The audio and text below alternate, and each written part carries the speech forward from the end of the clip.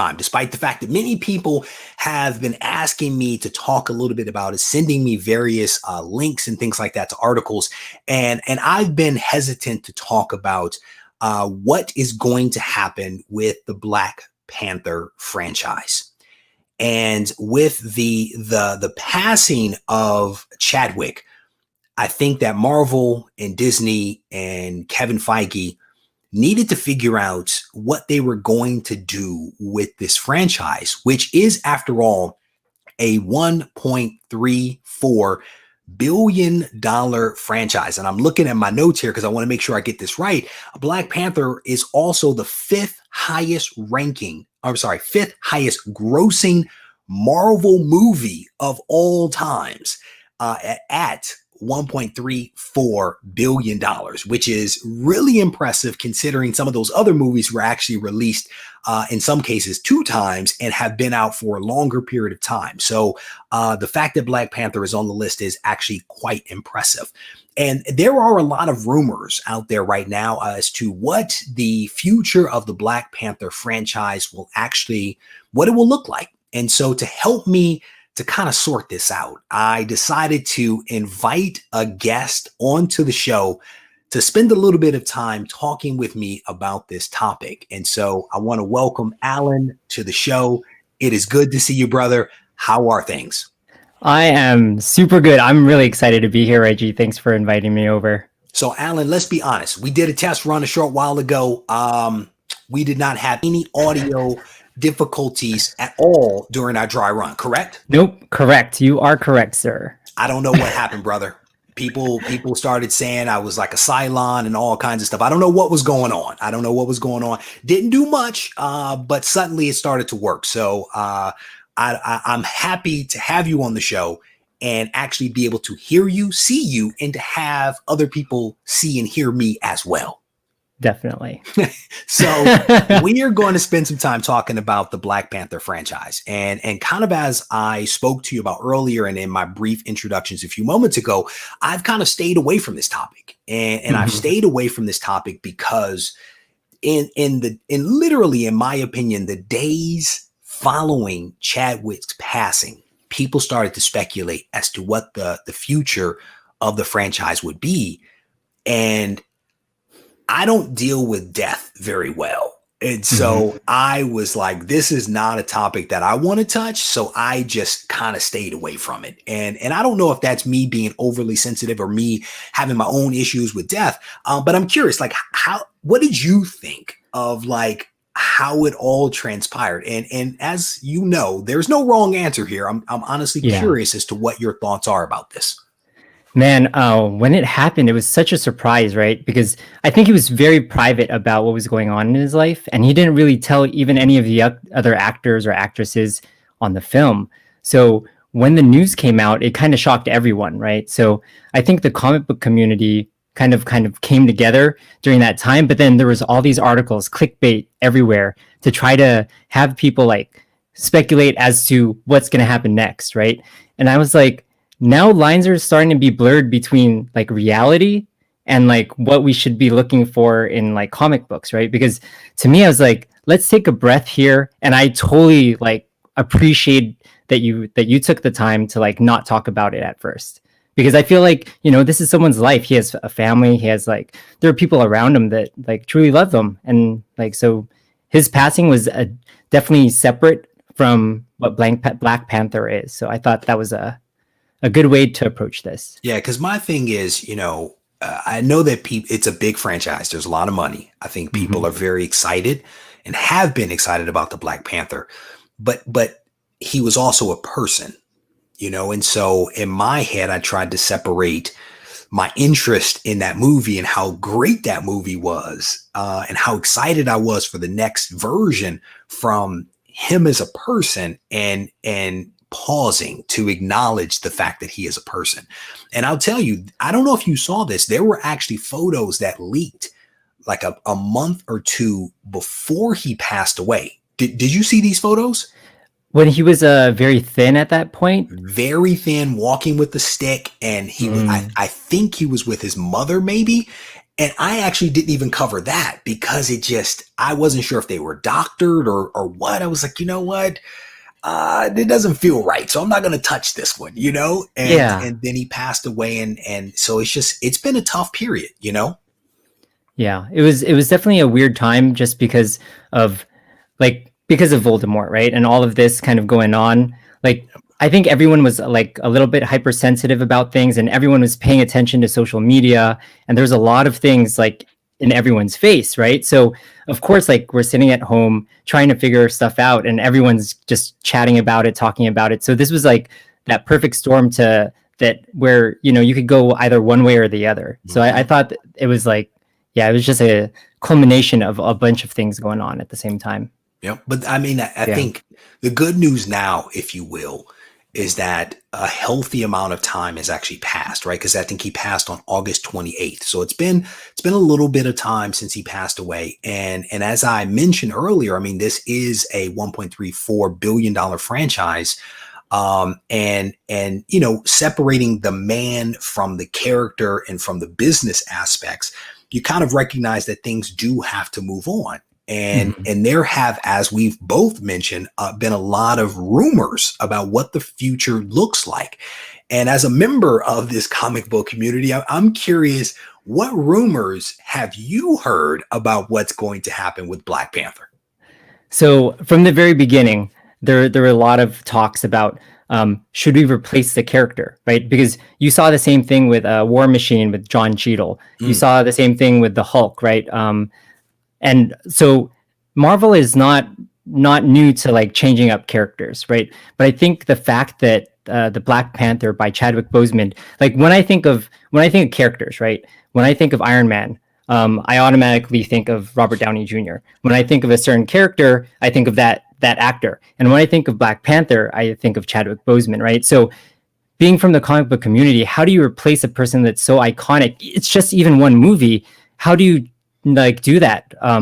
You can't necessarily just change the actor. I think what kind of ties in the second thing I heard is that, just as the Black Panther is like a mantle of like a position of power and religion and government and everything about Wakanda, like another option would be to pass it on to another person. So those are like the two main things that I heard about. But the first one, I felt like there'd be a lot of backlash within the comic book community if he was replaced. Because the reality is, and I did talk about this part, but I talked about it, I think, in like response to people asking questions during live streams and me wanting to at least acknowledge it. It wasn't like a planned segment. I think I made some comments along the lines of, I would hate to be that actor, the male actor that stepped into that role. Like, that's a difficult situation to either turn down or to step into. Like, that's like a no-win kind of scenario. And I'm like, Exactly. I don't know if I would want to be that person that has to make that decision. And I do want to talk about what you just alluded to in 1 second. But before I do that, I want to show you something that freaked me out. I'm gonna be honest with you. This kind of freaked me out just a little bit. This is actually an article that I found that actually talks about how they are thinking about making a Chadwick Boseman digital like body double that I guess is going to be in a movie and then will possibly like pass away or be injured or wounded in battle.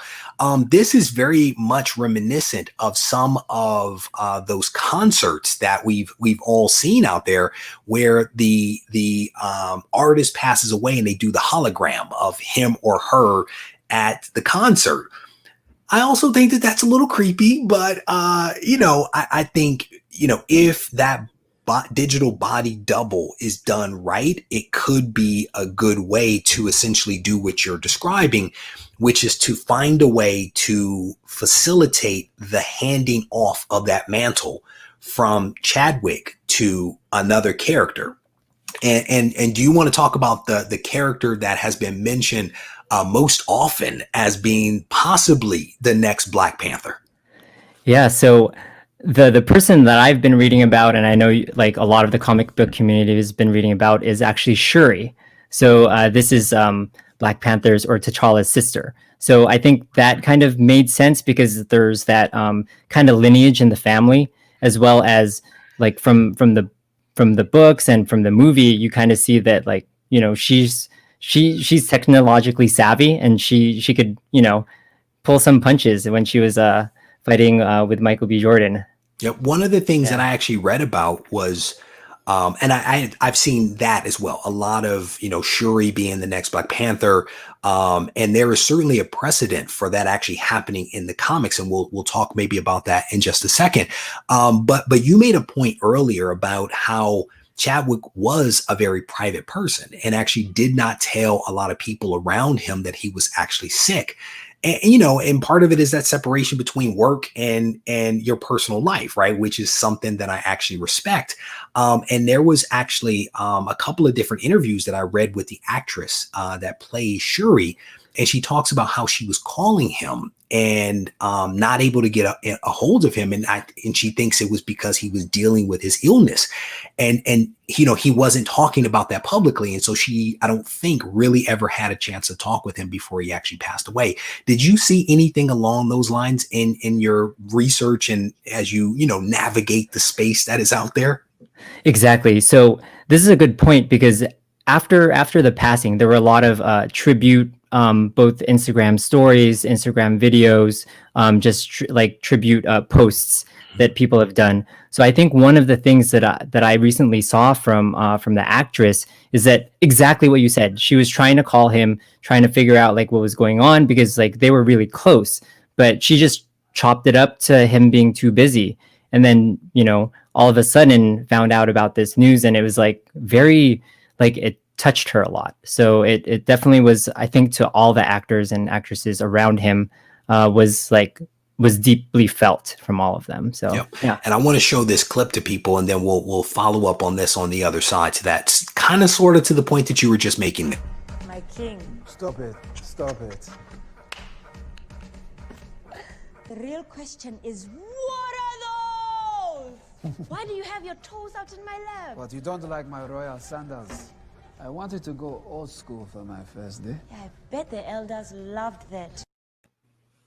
So that was a little bit of a clip from the Black Panther movie. And there are so many, in my opinion, hilarious moments and just playful moments between the two of them that it makes sense that was there because they were brother and sister, but also because they were sort of close off camera as well. And so her tribute to him that I saw on Instagram, I thought was a pretty touching. It was like it was a like kind of sort of mixed media almost. There were still images as well as video, and then she did a voiceover, and it was just a beautiful, like almost 6-minute tribute to him that I thought reflected their relationship, and I thought it was really well done.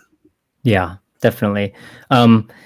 I think one of the things, like when you watch videos like that, you kind of could tell that, hey, this is not something you could like teach in like acting school or something. Like they basically had like such a good back and forth themselves. So, and the tribute that you were referring to, I definitely did watch before, and I know exactly what you're talking about. So you could tell, like, just from the cadence of how she was talking, what she was saying, that they were really close. And like, you know, I have family, I have a sister, and like we're very much so the same way. So I definitely feel for that. It's yeah.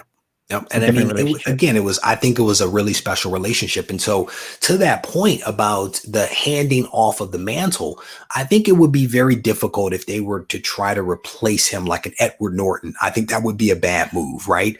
I think that because of the off-screen and on-screen relationship between the two of them, I think passing the mantle from a digital him, if you will, to Shuri makes sense, also because, to your earlier point, there is a precedent for this actually happening in comics. Do you want to talk a little bit about that precedent that was established before?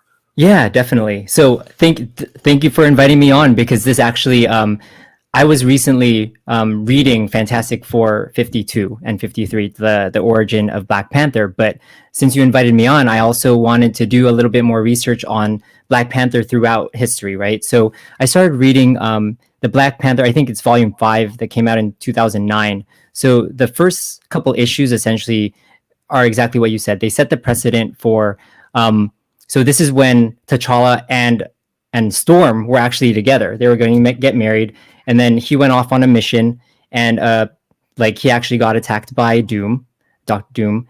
And then so he was basically on the verge of death. And then at that time, they're like, what do? We are a country, the enemies kind of coming at our borders.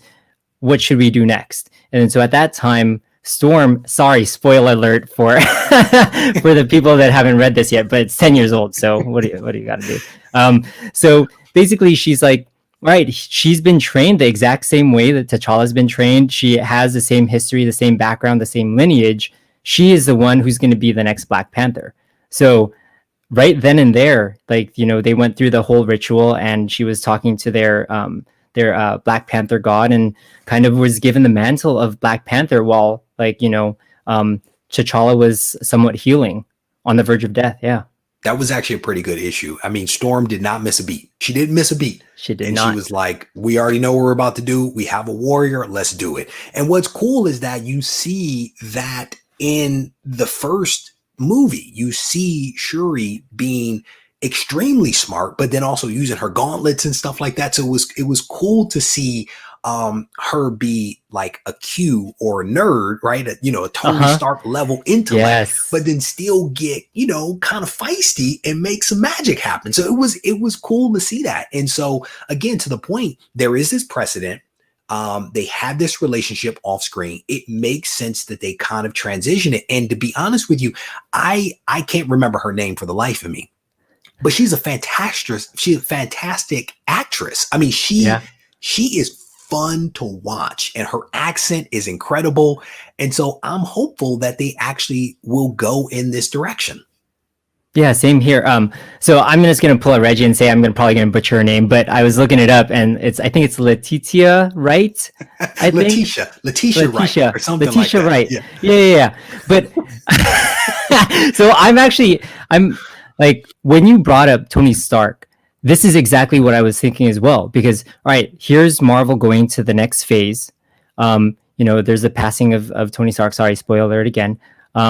But she's that technologically savvy character that could come in and like kind of fit right into that kind of character model that they would want to bring in. So she fits a lot of ticks a lot of the boxes. Yep. And it makes perfect sense, right? I mean, they want to have some diversity. They want to continue the legacy. They cannot replace him with another male actor. That would be a bad move. And so I'm excited about what the possibilities will be for this character and for this franchise, because I've watched the Black Panther movie several times, and it's fantastic. It really is just a great movie that you can just sit down and watch. And to me, that's a testament to the directors, to the producers, to the actors, that you can watch it over and over, knowing what's going to happen. You know, that's a great sign of a good movie. Would you agree? Yes, I would definitely agree. It's like when you read comic books, right? There are certain story arcs that you don't mind rereading over and over again. Yep. And I don't know, like the movie just kind of hit a little different, right? So it's like you could have like the same kind of storyline, but essentially like the music, the actors, like that chemistry that everyone had together. And then, you know, like having Michael B. Jordan be there and not be like a true like you know, antagonist, right? So there's a lot of different like shades of everything kind of going on, and then it's pretty cool. Like I've watched it a couple times just like you, so I'll probably definitely watch it again. Yeah, I mean, you know, it's just, again, it's one of those ones that I can revisit, you know, time and time again. But one of the other things that I wanted to talk about before we wrap up here is I want to talk about what the future could be for the comics that are associated with these two iconic characters.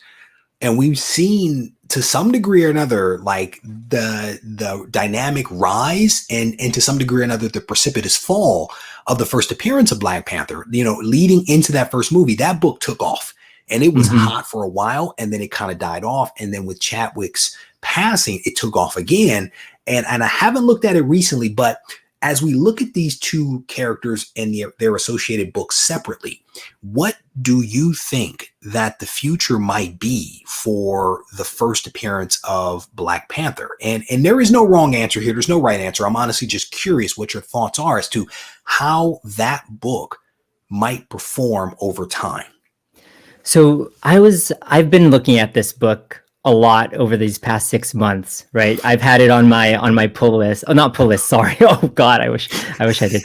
I've had it on my watch list, right? So I kind of see like some of these rises and falls. But for me, I think it's one of those first appearances that have stayed consistent throughout the time, and I think it will continually stay at this at its height right now. And I thought it would have like spiked up even more, but I feel like it's one of the things that 5 years from now, it'll still be a good book to have. So I don't see it myself, I don't see it spiking much more than it currently is, but you never know. Yeah. I mean, I really do. Part of me wants it to fall because then I can buy it because I don't own it yet. And I really want it. And it's literally been on my want list since 2018. It has literally been on my list that long, and I took it off because of what happened. And then when I thought that I could get it, then, he passed and it went up, and I was just like, well, I'm gonna just have to wait. I will not catch a brick for that book. Even though I really do want it, I will not catch a brick, Yeah. So I think you're probably right that I could see that book having some long-term stability into the future, But let's talk about the Shuri books, like the J. Scott Campbell, that really awesome J. Scott Campbell cover. What are your thoughts on what might happen with the books that are focused on Shuri and her first appearance and when she took on the mantle of Black Panther? What are your thoughts there? Yeah, so I think we live in this very interesting time with Voldemort, right? So I think the fact that people have talked about Shuri taking on the mantle right after Chadwick had passed. So I would have thought I would see lots of spikes and even spikes right now. But I think only when we get to hear more news or more confirmation of what's going to happen will we actually see even a higher spike right now. But I know there's a lot of J. Scott Campbell fans out there. And this is definitely one of those, a lot of covers within this whole series are great. So I do see it probably spiking a little bit, but it's interesting that I haven't seen it spike as much as a lot of the other things that are coming out, like a lot of the Kamala Khan's or Riri or a lot of these other ones that, because there's actual news with Shuri, yeah. Yeah. So, yeah, it'll be interesting. Again, if the news comes out that the R&D going that way, I think we're going to see a lot of excitement with that book, and we're going to see the prices go up. And I'm hoping that all of the money flows to Shuri and the Black Panther actually settles down, so I can get that book, because again, it's been on my want list for a while, and maybe you and I both can just snap them up, right? And everybody will walk away happy in that kind of situation, So. Just keep repeating those words. What'd you say? If you just make it red ocean, and then we could travel to the blue a little bit. So there you go. I'll ride your boat. now you understand the method of my madness, my friend. There is definitely some magic to it. All right, so Alan, I want to thank you, brother, for agreeing to join me on the show. You did a fantastic job kind of talking through some of this stuff and helping me to make sense of what is actually possible for the future for the Black Panther franchise. I absolutely appreciate you, and I will send you a message just as soon as the show wraps up. All right, take care. Thank you. All right, so I want to thank him for taking a little bit of time to actually join me for that quick segment right there. And I just realized that my next news topic was not ready on the screen here, so I am attempting to pull it up as quickly as I can.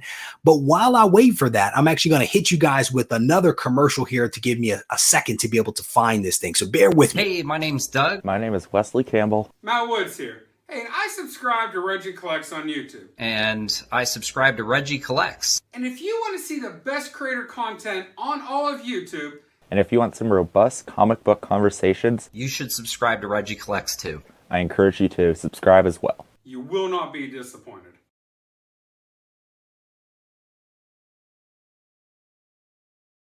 And I did not find it. So I'm actually searching for it right now. So bear with me, people. Bear with me. I may not be able to find this because I actually cannot remember which site this thing was actually located on. I had to reboot my computer and I kind of lost some of that stuff, but it is all good. We are going to continue on. What I want to do right now is to actually give you guys an opportunity to add a really cool comic to your collection. And this is actually the Go Collect giveaway video for this week. And I need to take this off the screen right there real quick. This week's book, if you did not see the Ready, Set, Go preview show on Sunday night, is this right here. It is X-Men issue number 266, the first full appearance of Gambit. This is a 9.2 with white pages, and this book could be yours simply for watching this video right here.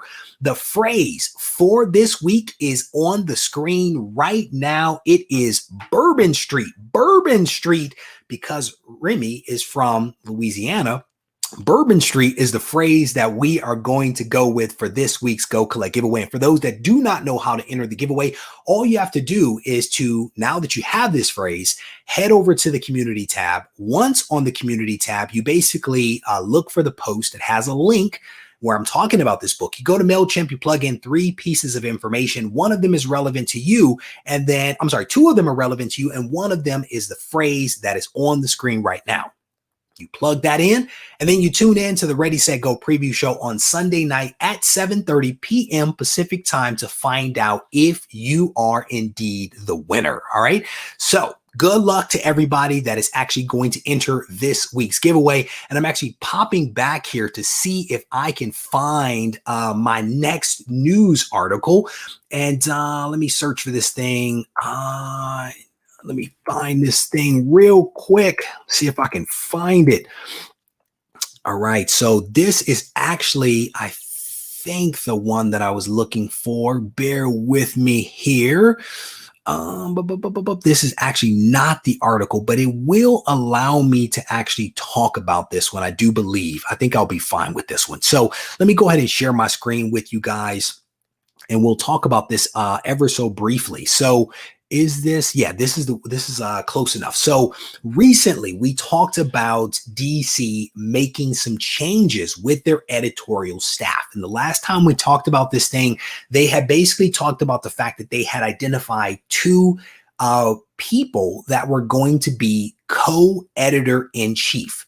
And just 2 days ago, they announced that one of them was now the solo editor-in-chief. And we see her on screen right here. Marie is now the solo editor-in-chief of DC Comics. And there's, you know, some context here in this article, which, again, this isn't the one that I was looking for, but she has basically taken on responsibility. And there was a couple of quotes out here from Jim Lee talking about how excited he was to work with her and is excited about the future as to what she is actually going to do. And let me read this comment here. Anyone who has been fortunate enough to work with Marie in the comics business knows 2 things about her. One, she has the impeccable creative instincts and talent relationships needed to create the kind of stories our fans crave and demand. And 2, that her deep knowledge of the global business of comics and its endless variations of storytelling means big things are on the horizon for DC in the years to come. I am thrilled and look forward to the stories she has yet to tell. So that was the news that broke a few days ago. And again, in the first article that I actually saw about that, one of the first things that came to my mind was what happened to the co-editor-in-chief. And at the time that story broke, right, there were no details in there about the other woman that had been named the co-editor-in-chief. And I think it was yesterday, some additional news kind of came out that basically said that DC was making an additional round of layoffs, and that they were doing these layoffs in New York as opposed to Burbank. And there were handfuls of other people that were being let go. One of those people was, of course, John Yee, who was the publisher. We talked about that on the Ready, Set, Go preview show. But then we also found out that there were many other people, including that other editor-in-chief. She too was also let go as AT&T continues to make budgetary cuts to their various businesses, including DC Comics. So we don't know how extensive any of this stuff is going to be. Again, as a couple of people mentioned to me when they were messaging me about this story, hopefully this just means that they are attempting to get healthy and putting themselves in a position to be successful down the road. And so that whole editor-in-chief thing never quite made sense to me. Like, I've seen that before in my own industry with co-president and co-CEO, and it's always an interim solution. And so that's what I figured from the beginning, but it was interesting to kind of see how it plays out. But again, my big thing is hopefully this just sets DC up for the future. So I want to go back to the comment section here to see whether there are any comments. Did you see DC laid off other people and a bunch of old school? Yes, I did see that, Comic Hunter, and I just made that point here. So thank you for that. But yeah, they did make an additional round of cuts. These last cuts, though, appeared to be out of New York versus out of Burbank. And so yes, editorial staff and other people have been let go. I don't know how many people, honestly, in total DC Comics employs, but you got to think that it's starting to get down to, kind of sort of bare bones here. And fingers crossed that things do indeed start to turn around, especially with the news from Pfizer that just broke. I think it was like a day ago or something like that, where they have that, some prospects, some things are moving in the right direction. So fingers crossed that things will actually start to get a little bit better. So Joe is saying DC is cleaning out New York City. So scrolling down through some of the comments here, the cut list, there we go. 2021 New Age Investment says the cut list is on Bleeding Cool. I will tell you, brother, not a huge fan of the Bleeding Cool because they do rumors in addition to news, and they kind of blend those two things together sometimes. So oftentimes what I try to do is to find other news sources that report out on these things and don't reference Bleeding Cool, because that's oftentimes what happens is other people pick it up, but then they reference Bleeding Cool, which kind of sort of I struggle with just a little bit because, again, they deal with a lot of rumors as well. So, all right. So that was one thing. And again, shout out to Pretty Fly for a Filipino guy who I think first hit me to the new editor-in-chief. I want to say he may have actually sent that to me on Sunday. He may have sent that to me on Sunday, giving me a heads up on that one. So shout out to Pretty Fly. And the last thing that I want to talk about here is that Jorge hit me up, and this link is indeed lost. But if you guys remember from a couple of months ago, we talked about the fact that Marvel had acquired the rights to Aliens and Predator from Dark Horse. They basically bought the intellectual property. And we started to speculate a little bit as to what that would actually mean for Marvel and for those two franchises, right? And we kind of assumed that they were at some point potentially going to, present us with a robust offering of what was happening with Aliens and Predators. A couple of weeks ago, we covered off on the fact that I think there are going to be these variant covers of Alien and Predator. That was the first sign that Marvel was starting to make use of this intellectual property. A few days ago, Jorge gave me a heads up that we now may have our next sign of how they intend to use these properties by releasing a Predator omnibus. It seems that they are going to re-release as an omnibus volume 1 of the Predator series. And, it's going to be interesting to see what happens with the values, as we talked about before, of volume 1 now that they're entering or releasing this new omnibus. But this potentially could be a sign that Marvel is setting a foundation for them to build upon by reminding people, what stories they originally told with Predator. And basically laying a foundation that they are going to build upon with all new stories, potentially all new titles that are going to be coming in 2021. And who knows what else is actually going to come. So there is some excitement, I think, around Predator. I think we saw a little bit of a blip in the values associated with both Alien and Predator books. And with this omnibus coming out, they may be setting the table for some pretty exciting stuff to actually happen. So you didn't hear which one, the omnibus or the original purchase a couple of months ago, because we talked about that a couple of months ago on the Ready Set Go preview show, and then the omnibus news just came out literally like 2 days ago. A robust omnibus. Well done, brother. Let me see. I'm scrolling down through some of the comments here, seeing what you guys are talking about. The Climbing Comics. He's back in the chat. He's back in the chat now. Dark Horse Predator was great. A lot of people have said that a lot of people were actually sad to see that Dark Horse had given up this property, because people said that they did a really good job with the franchise during the time that they had it. So, I think Dark Horse at the time, and I'm doing this off of memory, it seemed like they sold Alien and Predator, and they may have sold or given away some rights to some other things that they had at the time. And maybe they were doing this to survive as a publishing house, or maybe they were doing it in order to raise capital to be able to invest in some of their own characters. Because at the end of the day, if you're licensing something, you're only making part of the money. You're not bringing home the whole dollar. You're bringing together or bringing home a percent of that dollar. So at the time, it wasn't quite clear why they were letting go of these intellectual properties. But it's very interesting that Marvel clearly had the capital to be able to do this, despite them, maybe doing some layoffs of their own. They may see some long-term potential in these franchises, which might be exactly why they picked it up. So Chris Klaus is saying Dark Horse property that needs a reboot is The Mask. Make it dark like it was meant to be, he says.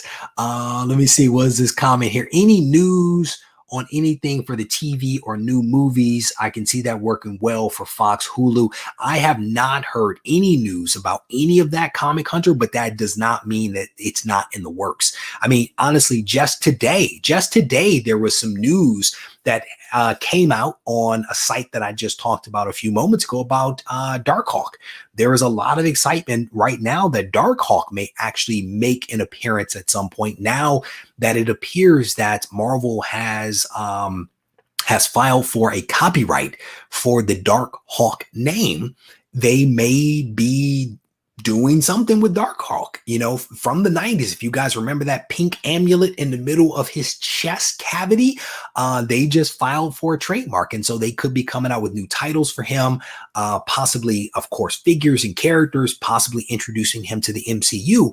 So a couple of days ago, you actually saw a spike in Darkhawk sales. There were the values associated with Darkhawk #1, which is actually not his first appearance, actually spiked up because of this news breaking just a few days ago. So to the point that it was made earlier, if there's some excitement around movies and TV shows, you start to see the comics start to react to some of that stuff.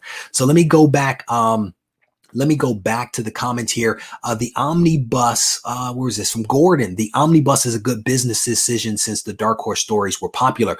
But well, let me clarify in case it wasn't clear, Gordon. I would say omnibuses in general are good business, because you actually see that if you look at the breakdown of sales for the last couple of years, the growing segment, if you will, is with collected works, so your graphic novels and your omnibuses and things like that, versus floppies. That segment of comics is actually growing at a pretty alarming, in a positive way, pretty alarming rate. I do believe that the omnibus that is going to be coming out is actually volume 1, which I think is Marvel's. I do believe that it's Marvel's omnibus, not Dark Horse. And so, again, if I could find the article, we know for sure, but I remember seeing an image what appeared to be that really awesome orangish red cover featuring Predator, and that was in the story. So I believe that it's going to be Marvel's Predator stories versus Dark Horse. So again, a point of clarification there. So scrolling down through, I cannot remember what his first appearance is. It might be like Marvel Premiere. Let me check real quick, because I actually did look this up the other day, but did not lock it in. And I will tell you in like a hot second. His first appearance, Marvel Age issue number 97. Now, what's interesting is that, well, technically that was a preview appearance, just to clarify. So let me be completely transparent. Marvel Age issue number 97 was a preview appearance of Darkhawk. His origin and first appearance was indeed Darkhawk issue number 1. And according to, let me not even say that, but yes, so it is Darkhawk number 1. So that was my bad for misspeaking on that one, Doug, but thank you for giving me an opportunity to kind of clarify with that one. Predator versus Wolverine, who wins? Are we talking Predator in the singular? And are we talking old school Wolverine or new school nice Wolverine that plays with children and frolics in the leaves on Krakoa? Because if we're talking one Predator and we're talking old school Wolverine will win that one, hands down. Scrolling down through some of the comments here.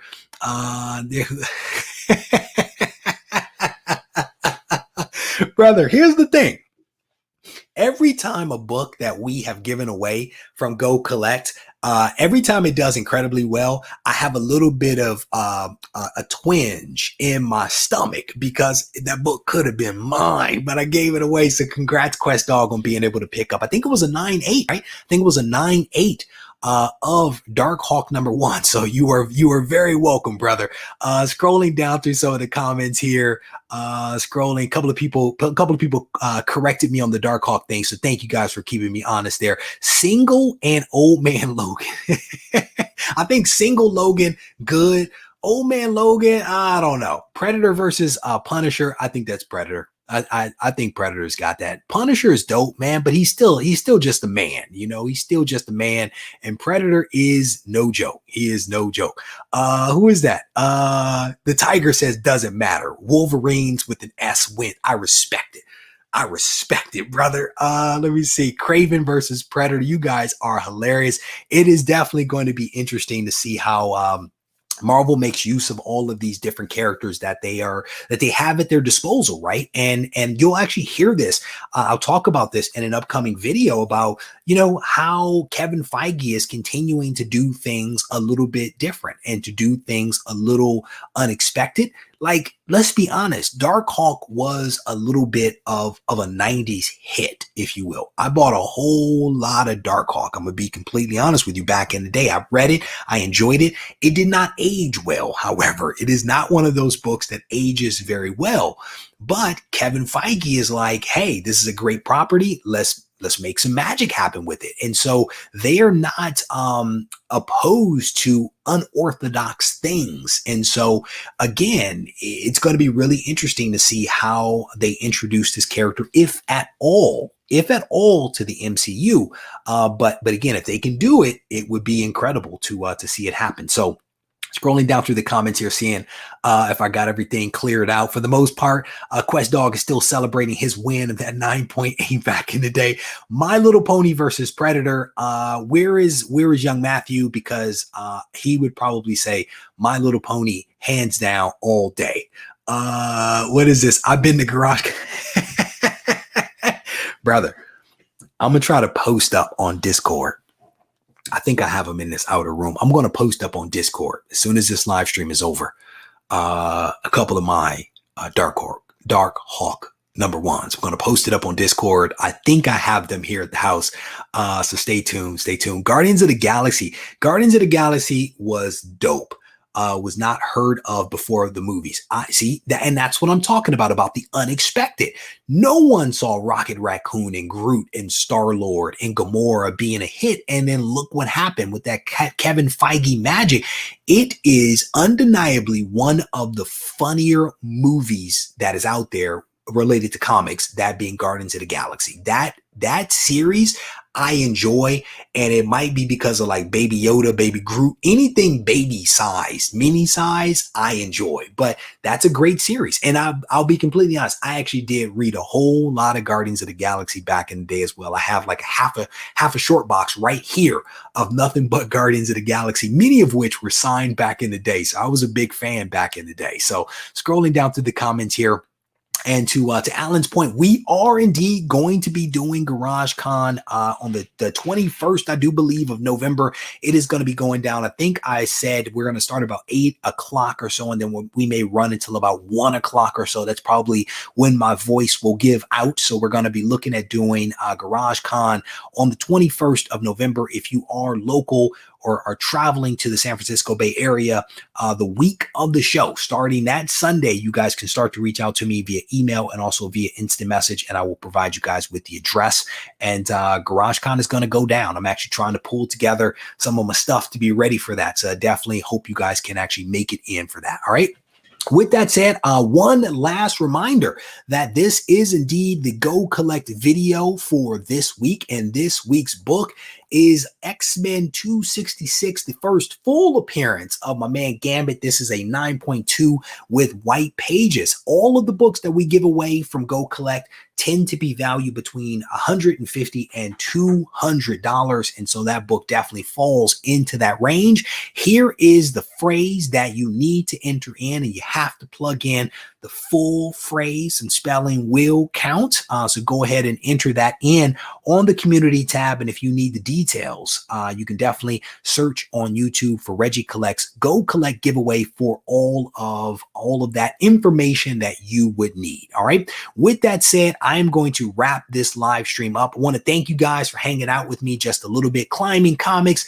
Thank you again, brother, for joining the show and helping me make sense, if you will, of what the future might look like for the Black Panther franchise. If you guys need to reach out to me, feel free to do so in one of two ways: on Instagram at Regie Collects, or you can send me an email to reggie@regiecollects.com. If you're feeling frisky, join me on Discord, because I'll be headed there in just a couple of moments. Take care.